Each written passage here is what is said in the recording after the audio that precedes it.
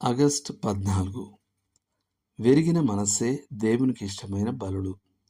దేవా, విరిగి నలిగిన హృదయమును నీవు అలక్ష్యం చేయవు.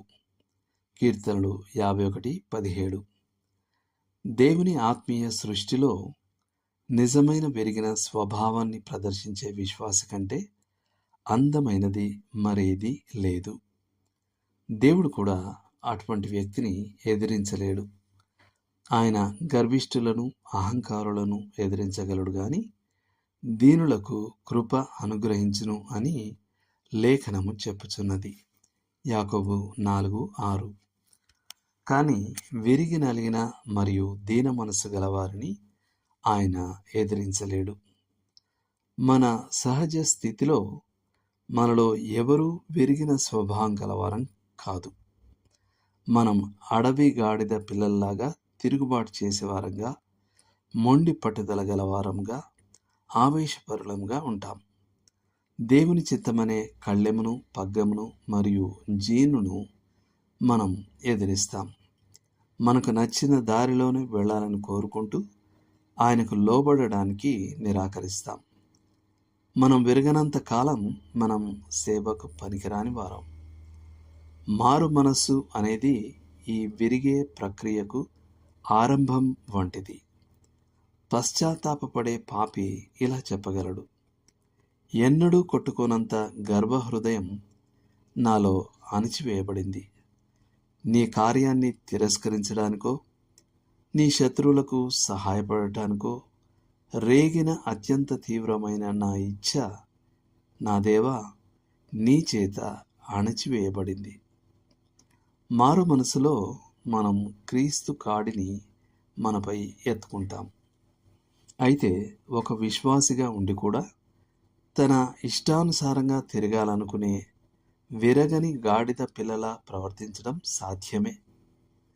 జీవితం అనే పగ్గాలను ప్రభు అయిన యేసుకు అప్పగించడం మనం నేర్చుకోవాలి. మన జీవితంలో ఆయన చేసే కార్యాలకు ఎగిరిపడకుండా లేదా గంతులు వేయకుండా మనం లోబడాలి. మనం ఇలా చెప్పగలగాలి: ఆయన మార్గమే శ్రేష్టమైనది. అనవసరమైన పథకాలు మానేసి మన జీవిత పాలనను ఆయనకే వదిలేస్తాము. మనం దేవుని పట్ల మాత్రమే కాక మన తోటి మానవుల పట్ల కూడా విరిగిన స్వభావాన్ని అభ్యసించాలి.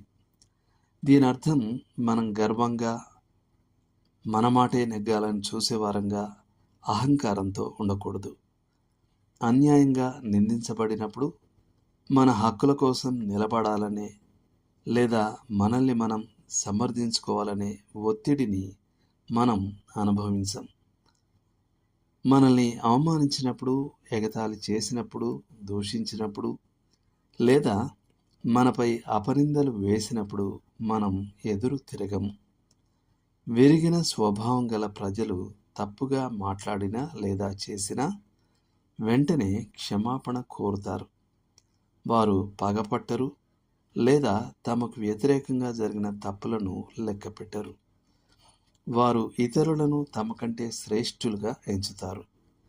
ఆలస్యాలు, ఆటంకాలు, వైఫల్యాలు, ప్రమాదాలు, ప్రణాళికలలో మార్పులు మరియు నిరాశలు ఎదురైనప్పుడు వారు ఆవేశంతో, భయాందోళనతో, ఉన్మాదంతో లేదా కలవరంతో స్పందించరు. వారు జీవితంలోని సంక్షోభాలన్నిటిలో నిబ్బరాన్ని మరియు సమచిత్తతను ప్రదర్శిస్తారు.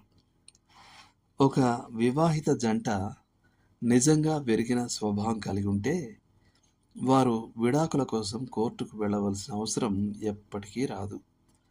విరిగిన స్వభావం గల తల్లిదండ్రులు మరియు పిల్లలకు మధ్యలో దూరం రాదు. విరిగిన స్వభావం గల పొరుగువారు ఎప్పుడూ కంచెలు వేసుకోవాల్సిన అవసరం లేదు. విరిగిన స్వభావం యొక్క మార్గాన్ని నేర్చుకున్న ప్రజలున్న సంఘాలు నిరంతర ఉజ్జీవాన్ని అనుభవిస్తాయి. మనం ప్రభువు బల్లకు వచ్చి, రక్షకుడు, ఇది మీ కొరకు విరవబడిన నా శరీరము అని చెప్పడం విన్నప్పుడు దానికి సరైన ఏకైక ప్రతిస్పందన ప్రభు అయిన యేసు, ఇది నీ కొరకు విరవబడిన నా జీవితము అని చెప్పడమే. దేవుడు మిమ్మల్ని దీవించునుగాక.